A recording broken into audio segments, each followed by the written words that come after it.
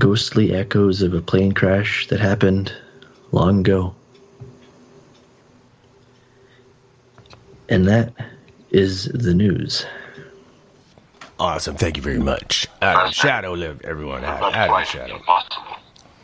All right. What was that? Was that, How about it, Spock? Fascinating. We have a alien with us. Spock. I believe we do have an alien with us. That was Spock. Yeah, it was pretty cool, eh? It wasn't me. Live long and prosper. I love it. Wolfman, I added an older news story, but I love it, so I wanted to put it up on Twitter. Last week, was it last week or 2 weeks ago, was the 700 million year old coffin that I talked about in Russia? I seen that picture you put up. That's really cool. I've looked at that before. It looks like I love it. A microchip. It's on hashtag 47Talk if you guys want to look at it. The picture that Darren posted. It's really cool.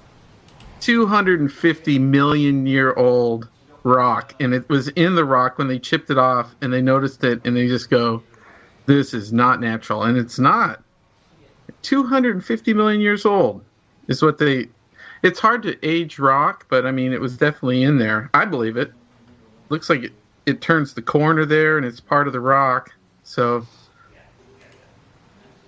It says some researchers believe the dating of the artifact is not entirely accurate, but it's still ancient no matter what it is because it was part of the rock. It's amazing. Yeah. Anyways, I put that up there for my little news piece. That's awesome. I love my new computer chair, and I love my new studio, and my internet speed is the highest awesome. Possible to get in Canada. You're screaming, man. That's awesome. Everybody sounds great. Yeah, it's because we got the highest bandwidth that I could possibly get. I don't care. Art, he's so jealous.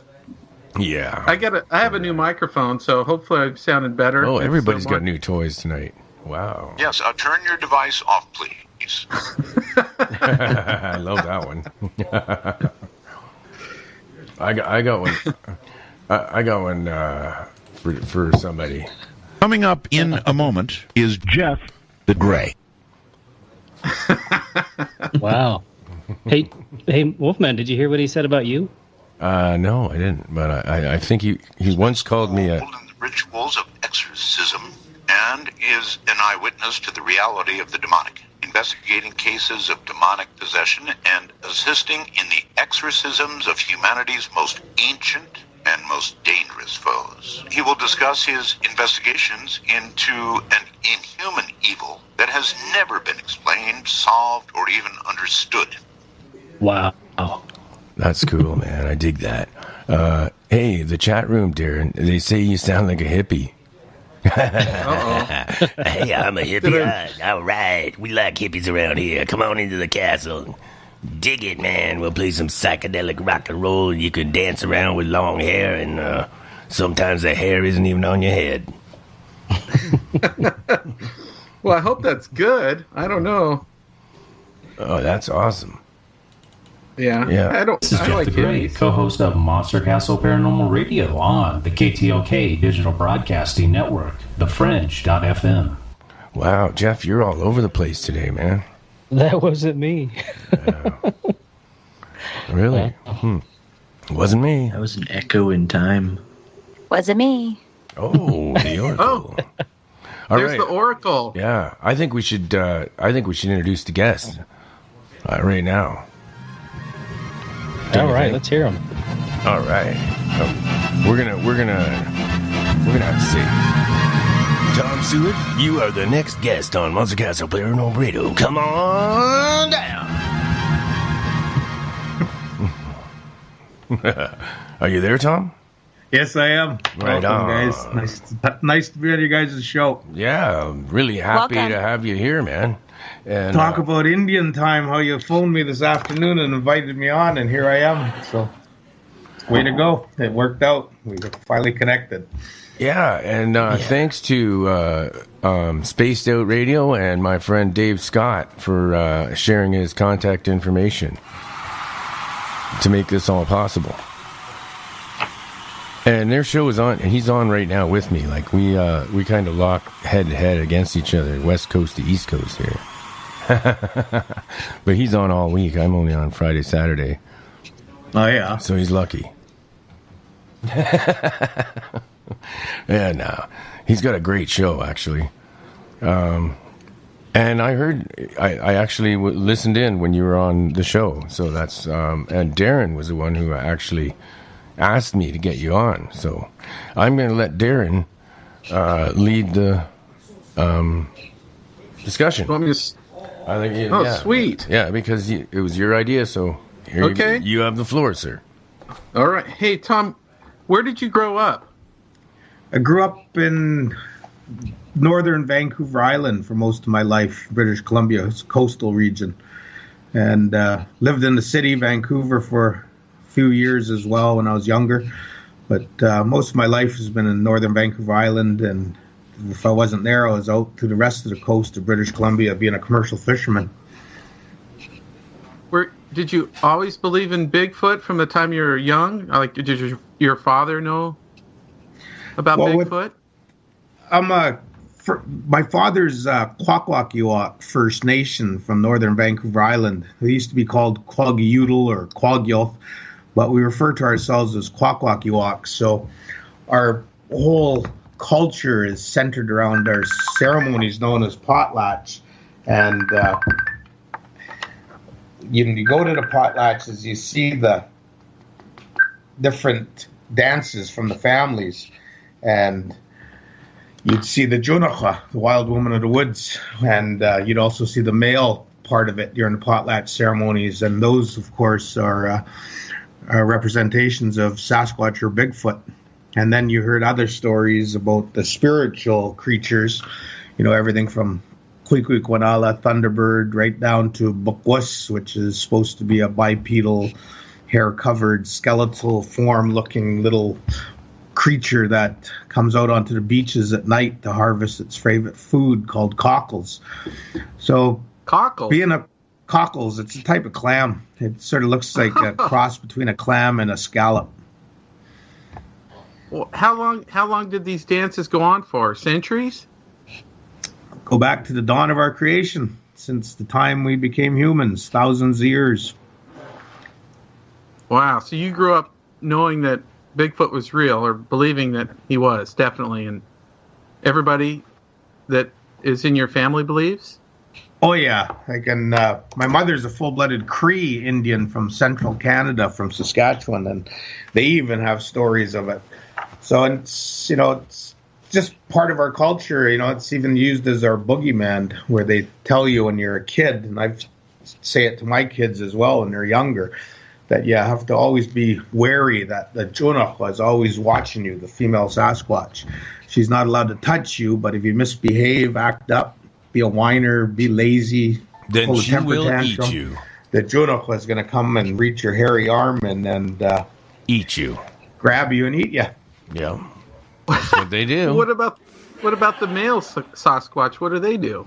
Oh, they will eat you if he don't like you. You're dinner too. Yeah, that's why we can't find a Sasquatch, because they say she shoves you into a spruce root sack, like a potato sack made of spruce fibers from the roots, and she carries you deep up the mountain to her invisible home, and that's where she boils you up and eats you. So you got to behave yourself when you're a kid, when you're out in British Columbia. Actually, I heard that they just eat people raw. They don't cook them. They're opportunists, and if they don't like you, they will beat you with a stick and kill you and eat you. And I also heard that the female ones, they like to eat kids because they're more tender. And if kids wander off in the woods and go missing, that's usually why. You'll never find the body. They get rid of everything. What do you think of that, Tom? Is that true? Everything out in the forest will eat you. It's get out there. Yeah. If you don't keep your whole attitude crispy and be wary out there, something's going to happen to you, and everything out there is going to poop you out the next day. Right from mice right to the Sasquatch, bears, wolves, everything will eat you out there. You know, it's always been like that for thousands of years, just that in his modern times, in the supposed civilized world, living all safe and hunkered down in the concrete cities with 24-hour lights and police to protect you. Everyone jokes about it, but when you come out to the bush world, and I see all these people going out there, and they got their bear spray and their bear jinglers and things like that, and they got this naive attitude where they look at me sometimes. And when I used to be doing tourism out in the Broughton Archipelago and off northeastern Vancouver Island, and, you know, they'd be like, "Oh, you carry a gun?" I'm like, "Well, yeah, I carry a gun." I said, "You know, I might carry it 10,000 times and never need it. But that one time I do need it, I'm sure glad I had it." Hey, I got a question. I got a question from the chat room. Ever been to Molly's Reach, Gibsons, BC? Yes, I was there years ago where the Beachcombers were filmed. It's a tourist trap now, apparently. And it's just north of Vancouver on the Sunshine Coast. What is it? Okay, I just wonder what they. That's Moog Boy. I just wonder why he asked that. Why do you think he asked that, Tom? He's probably old, showing his age, because the Beachcombers was taken off TV back in the 80s. But it was a show that was focused. It sort of opened the world's eyes to coastal British Columbia out of the Victoria, Vancouver region. You know, everyone that hasn't been here or they're going to come here, the first thing they say is, "Oh, we got to go to Victoria." Well, who wants to go to Victoria? It's, you know, its claim to fame is it's supposed to be the sister city of London. Who cares a bunch of colonial British stuff? You know, if you want to see British Columbia, you want to go out and get away from the cities. And Beachcombers was the first show that really showcased coastal British Columbia with the towering rainforest, covered mountains. And they even had one episode with a Sasquatch in it where Jesse, who was a local native actor that was in the show, he was scaring people dressed up in a Sasquatch costume. And at the end of the show, he jumps off a cliff. And you could see how he made his costume look bigger than what he actually was, because he had 2 footballs underneath his hockey pad shoulders. But it's, you know, Beachcombers, okay. I was in Victoria once for a wedding, and one of the highlights of it was we walked into I think it was a Shoppers Drug Mart, and what do we see there? A transgender person with black greasy hair and a beard. That was a weird sight. Well, British Columbia was one of the first places to legalize same-sex marriage. I remember back in the early 2000s when I was running my tourism company with a tour boat. I had a kayak camp that I still have that is reminiscent of our traditional big houses, made of red cedar with native designs. And that year they legalized same-sex marriage, I was loaded with same-sex couples that just got married. You know, it's their thing, no biggie. As long as they don't hit on me, I don't care. I'm curious if the Bigfoot comes in different colors, or is it just brown?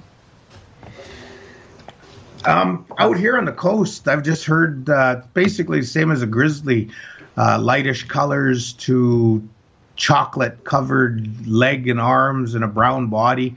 So at coastal British Columbia, that's all I've heard. I know I've read some reports of whitish Sasquatches out here. I believe Osterman, I think his name was, the guy who apparently got taken, shoved in a sleeping bag and carried up the mountains out of Toba Inlet area. I think he mentioned that he saw a whitish colored one. It was one of the stories from that area anyway. But no, my hold on a sec, Tom. It's always dark brown or black. Who got taken in a sleeping bag? I haven't heard this story.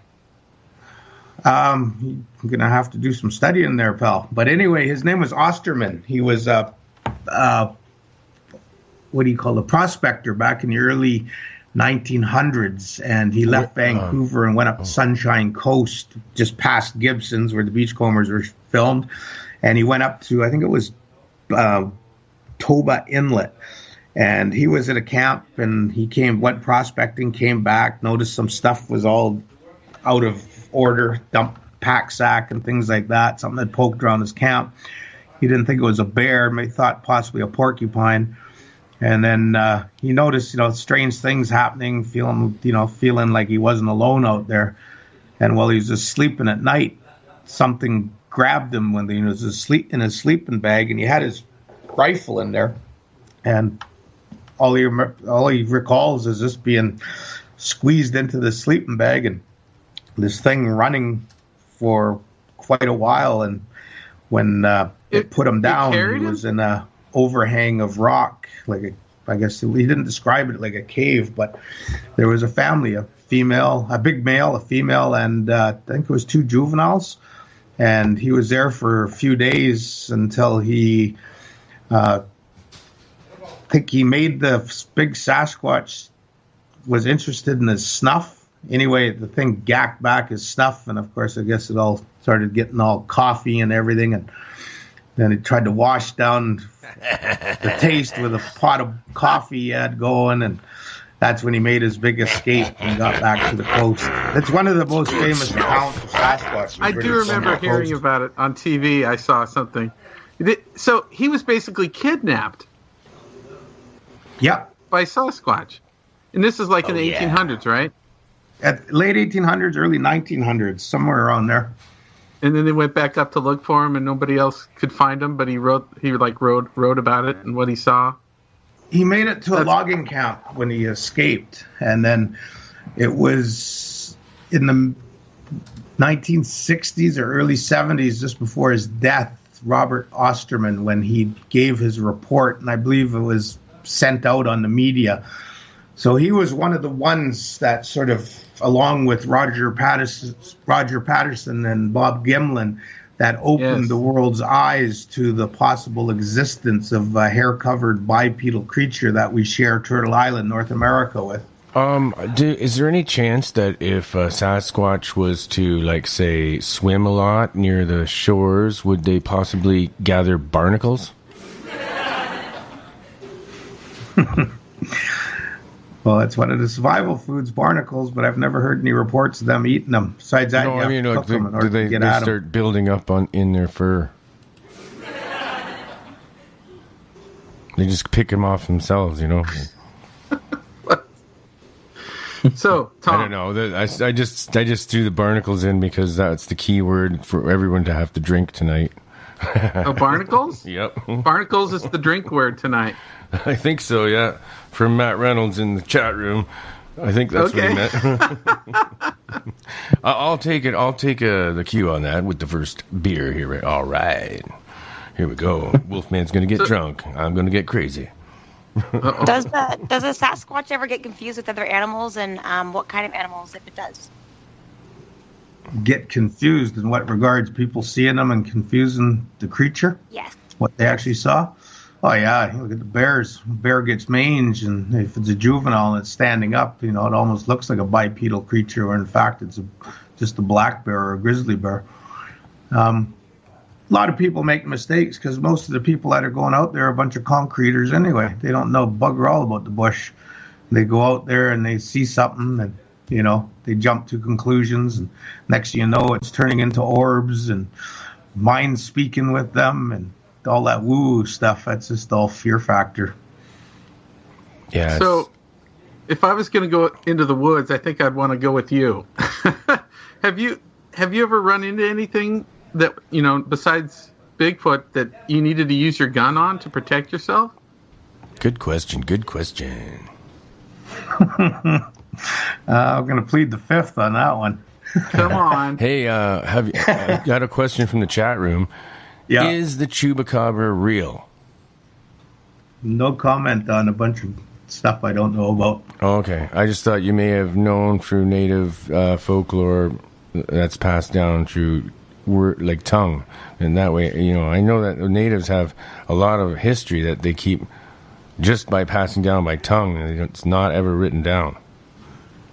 Well, yeah, but you got to remember that in Turtle Island, how many hundreds of indigenous tribes people are there out there? You compare a Kwakwaka'wakw to a Haida from Queen Charlotte Islands. Our culture and heritage is very similar. Our language is different, and it would be like comparing a Japanese person to a Taiwanese person. Close proximity to live with each other in the same region of the world. Two different cultures and languages. And so Turtle Island as a whole, where are you guys? Out there in Ontario? Yeah, man. What are the native tribes out there? You know, comparing me to them is like Iroquois, comparing you to a Russian. You know, look like a human, are a human, but totally different cultures and heritages. And then your mythological beliefs are totally different as well. And, you know, we do sit down around our fires and share our history and culture by passing it down orally. But I can't hear them when they're Ontario speaking. Yeah, I get it. So, yeah, you have the knowledge for your particular area. Yeah, and then under Kwakwaka'wakw law, I don't have the rights to talk about other families' legends either. So my family name is Siwadi, and we have a chief, and we have what we call a gildas, a symbolic box of treasure that holds all of our family's crests that we've acquired through thousands of years of marriages. And those crests that we have songs that tell a story about that creature, like Junahua, the wild woman of the woods. And what we depict in our potlatch is our family's property. And we have, you know, our story, our dance, our song. And when I go to another family's potlatch, even though they might be 10 miles away from a different island, their dance and song is totally different. And I'm not allowed to talk about theirs because that's their property. Cool. That's fascinating. Yeah, very fascinating. But we got Darren. You must have noticed that I'm trying to butt in. It's the bottom of the hour. It's time for a break. Hold on one sec.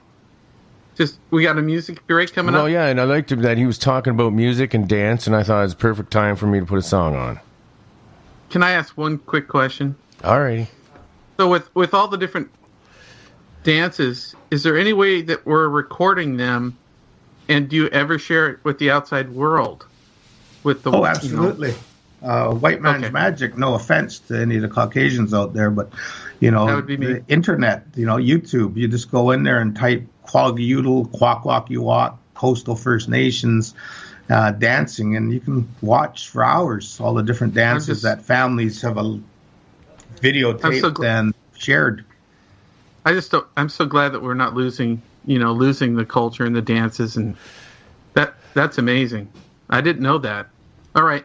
Go ahead, Wolfman. Sorry. Alrighty. So we are going to move right into...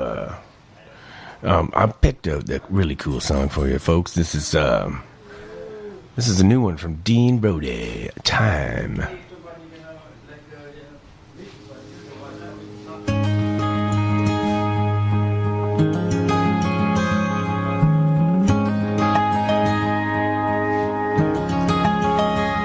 Gang of kids on our pedal bikes in a dusty town we'd arrive to the general store for Popeye cigarettes. Class of 99, yeah, we lived, laughed, loved, and cried, and took for granted that those days would never end. Living like that yearbook picture wouldn't fade, but some standing right beside me I might never see again. The trouble is, you think you have time, you think tomorrow's always coming down the line. Then one day, you wake up and you find the trouble is, you thought you had time. Suit and tie and a fancy job, big old house, 2-car garage. He works hard for his wife and his son. An empty seat at T-ball games is just a sacrifice he'll make. He'll make it up next weekend comes along. Years go by and that day comes too soon. That boy goes off to college, he's standing in his empty room. The trouble is, you think you have time, you think tomorrow's always coming down the line. And then one day, you wake up and you find the trouble is, you thought you had time.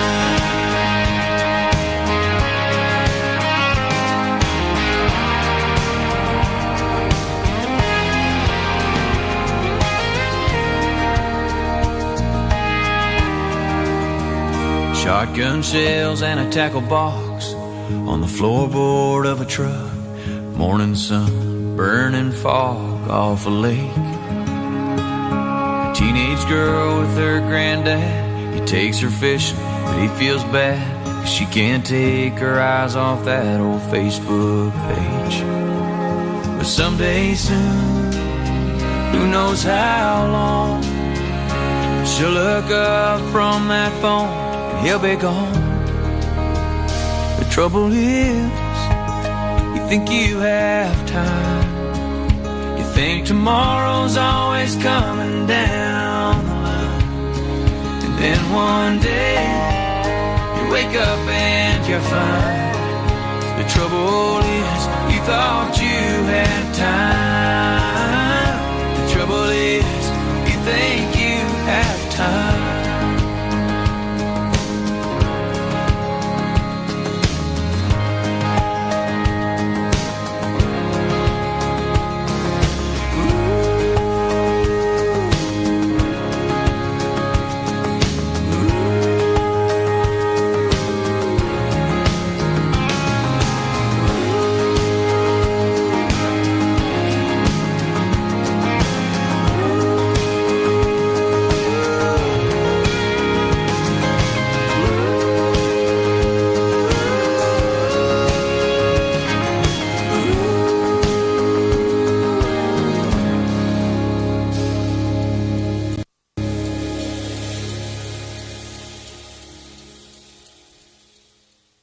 Wow, man, that guy can. That guy's from Toronto, man. He is good. That's Dean Brody, Time, and we're coming shortly right back here with. This is the Wolfman Mike coming at you from an alternate reality, and you're listening to KTLK Digital Broadcasting Network, thefringe.fm. All right, let's rock and roll, baby. Groovy, fantastic. Yeah, he said it. Yeah. Okay, Darren, do you want to continue where we left off, please, sir? Thank you very much. Thanks, guys. So, Tom, you grew up on Vancouver Island. Did you have, 12 years of school, and or did you just start fishing when you were younger, or how'd that work out? Oh, I'm well educated. I went grade 8 in Vancouver, or grade 7 in Vancouver, and went out commercial fishing at 10 years old under full cruise share. And when I was going into my grade 8 year, I'd made enough money to pay for most of my tuition to Shawnigan Lake Boys Private School. At the time, it was a boarding academy, British run. And I did that for 2 years, and then I graduated in 1984 from Qualicum Beach on Vancouver Island, and then jumped into my fishing boots and went commercial fishing, went and seen the coast, went and caught some fish and crabs, prawns, everything else. Wow. So you paid for your own education at 10 years old? Yeah, I remember when I went to my grade 10 year in Vancouver, I told someone in my home room the first week I was there, and these are all a bunch of concrete cowboys living in Vancouver in suburbia, and he asked me what I did, so I told him where I was fishing in the summer on a commercial salmon seine boat, and he asked me, well, how much did you make? And I think I told him 11,000 or something, and he was like, spread the word around school, and everyone thought I was BSing that I'd made $11,000 in 2 months, until I dropped my bank book in the hallway, and someone found it, and they passed it around the school, and seen how much money I'd iced away down at the Bank of Montreal, and after that, all the girls were smiling at me. You were out on your own very early. Oh my goodness! Oh no, I lived with my parents. I just manned up and went commercial fishing when everyone else was in swimming pools and licking ice cream cones. I was out in a commercial fish boat starting at 10 years old during my summertime holidays, and I was working like a man and expected to carry myself like a man and learn the ropes. And I think I was early 20s when I got my first command of a commercial salmon seine boat called the Skidegate, and I went forth and was a captain and had 5 guys under my command and did that for quite a few years, and captained other boats as well as tour boats nowadays. Well, when did you get into the Bigfoot thing? Were you always into it when you were young too? I remember in the 1970s, and Leonard Nimoy was narrating this show about UFOs and Sasquatch, and I went to the movie theater on 29th Street in East Vancouver and watched this show, and I was just so mesmerized about the Mayans saying that the world would end in, when was it, the Mayan calendar? It was supposed to end in 2012. 2012, yeah. And then I remember thinking, oh, I'll be 47 when that happens. And I was like 10 or 11 years old. But then the Sasquatch part of it, and to me, that was still, to this day, it was 47. One of the best Sasquatch shows I ever saw. By the way, and he said 47, so everyone has to drink again. Drink. And then... barnacles. Yeah, then I ate some barnacles. And then I started reading books. And I remember picking up John Green's book. He is a British Columbia pioneer of Sasquatchology, I guess you could call it. And I was mesmerized. And then one day at a flea market, I found another book. And I read it. And that was it. I was kind of intrigued. And, then I started comparing, okay, what they're talking about is Jonahua, our version of what we talk about. And then when I started reading the reports, and I started seeing that, hey, wait a second.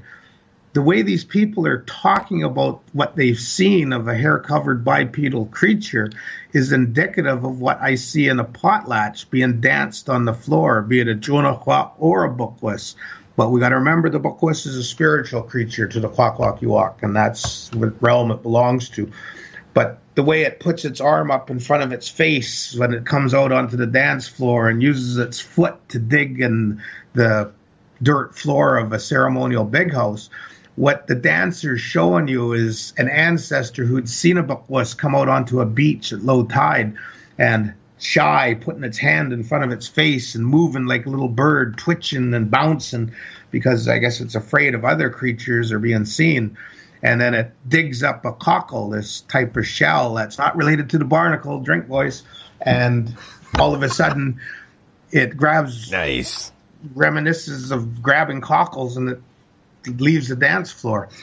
And then when you hear the stories, even nowadays, the modern reports you hear about people hearing rocks being thrown around on beaches or clicking noises on the beach while they sleep in their tent when they're out sea kayaking, or they're on a sailboat at anchor in a bay all by themselves and they hear clicking of rocks on the beach.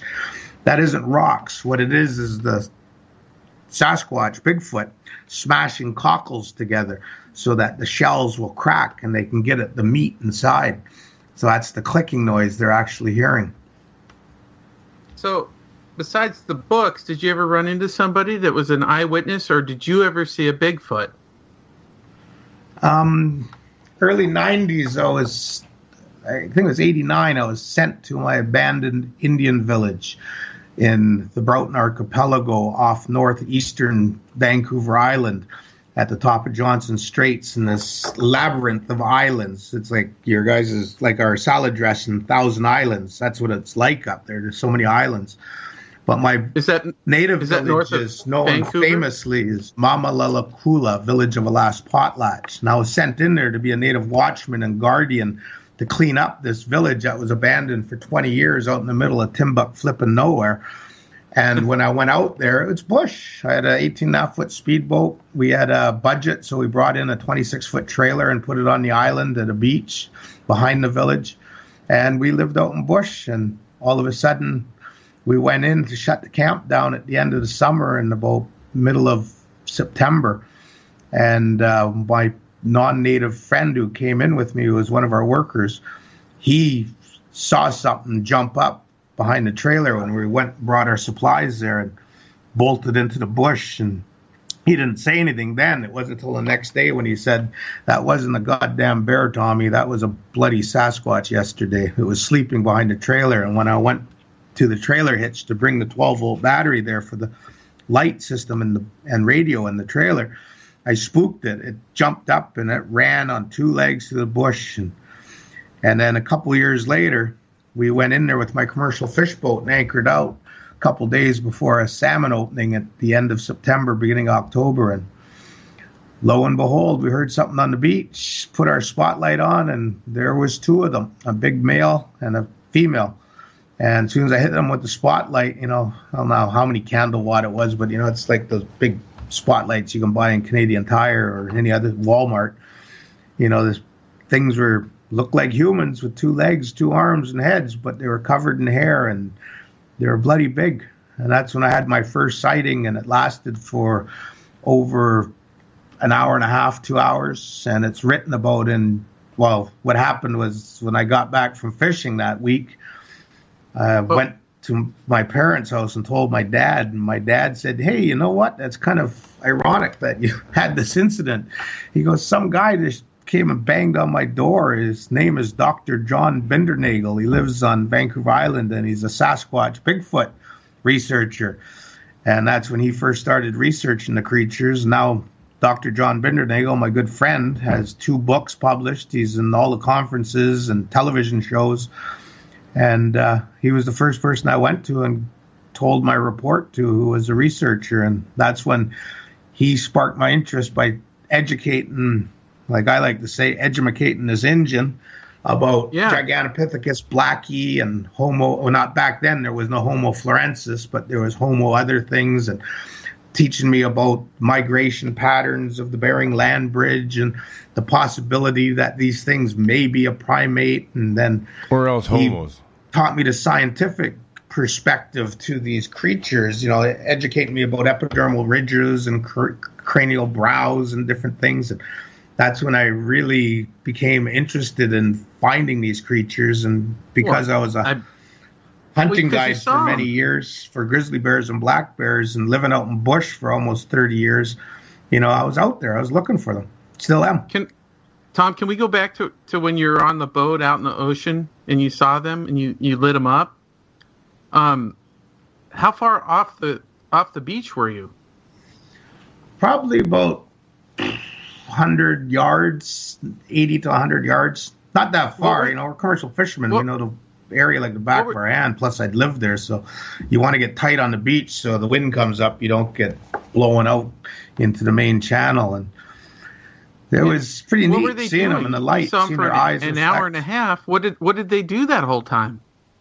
Well, for the first 20 minutes plus, maybe close to 20 minutes longer, I had my boat at anchor. I was running off batteries. My boat was built in 1927. It was owned by the Canadian Fishing Company, so it was a company boat, basically a mushroom barge that was held together with duct tape and zap straps. And so when I had the spotlight on, as soon as we saw them, right away I went, cha flippin' ching, I just won the 649. I'm going to get my $1 million+ bucks here. So I grabbed my 300 Savage, pumped three down below and one in the tube, put my gun up on the windowsill and put my iron sight on that big bad boy with his hand and arm in front of his head, and I put it on his neck area. And I thought, I can grease that son of a bee. And then I looked at my crewman, and I remembered he'd come on board the boat with a gun the day before when we left port.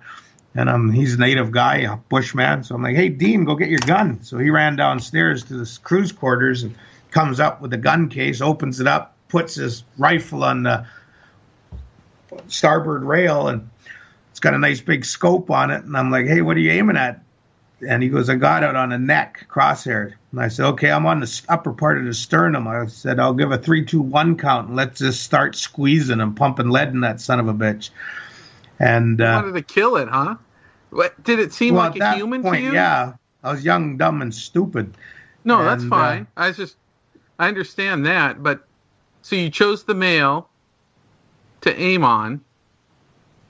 Well, yeah, you don't want to shoot the female and get the big male pissed off. You'd swim out to that boat and rip me apart. Yeah, you got to shoot the big bad boy. So, were you thinking it was a Bigfoot, or what were you thinking?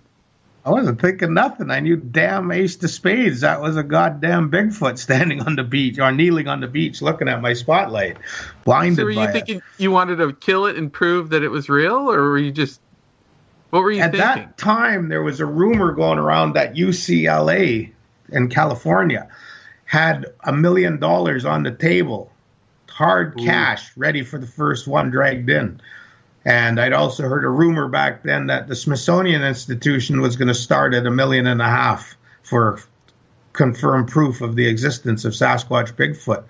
And when I was a hunting guide for quite a few years, I was a member of Safari Club International. Every January, February, there's a convention in Las Vegas or Reno. It goes back and forth. And you want to see something on the bucket list, go to the Safari Club International Conference. You'll see multi-millionaires and billionaires buying $200,000 rifles and going on $60,000 hunts for exotic animals throughout the world.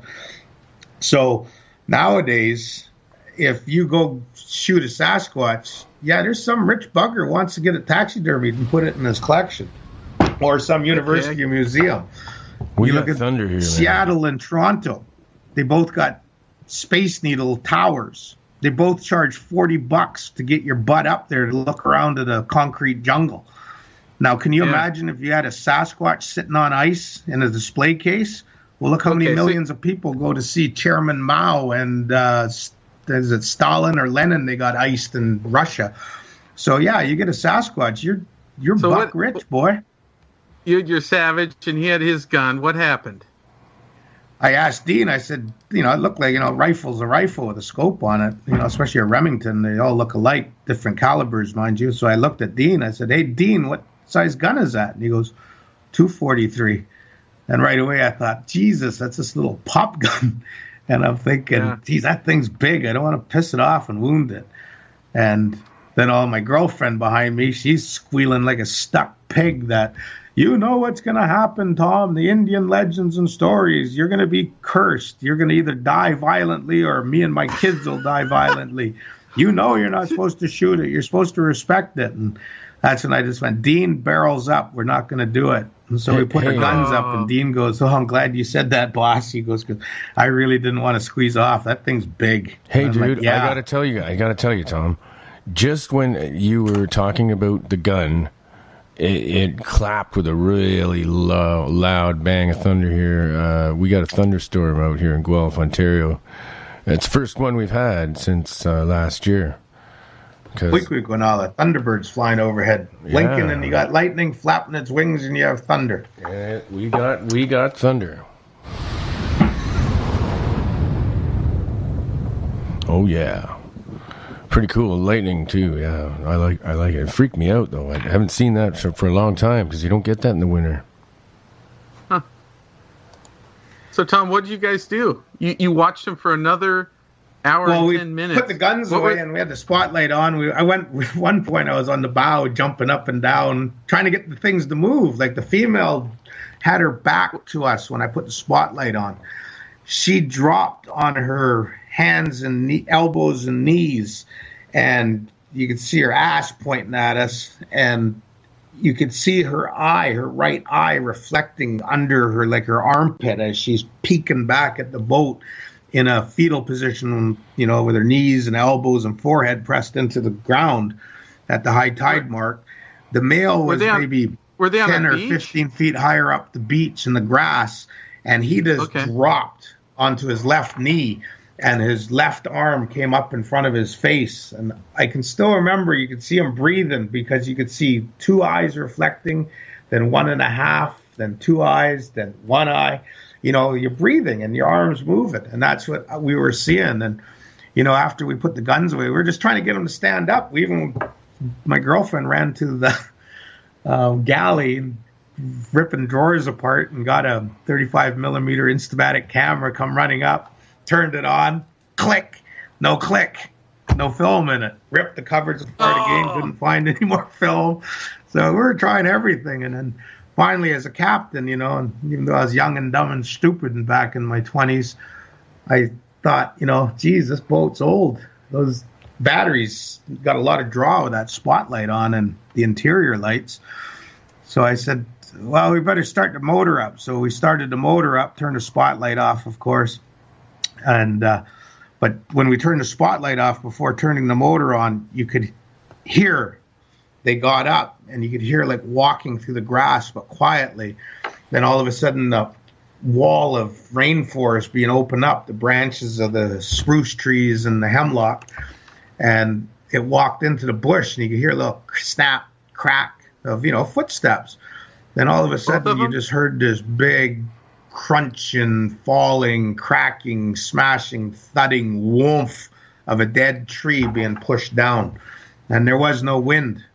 And, damn well it was them. And, that's a primate characteristic. All primates will shake foliage, throw things, push rotten trees and pecker poles down. And that's what happened. And that's when we started the motor up. My girlfriend and the other crewman, Trevor, they went to bed.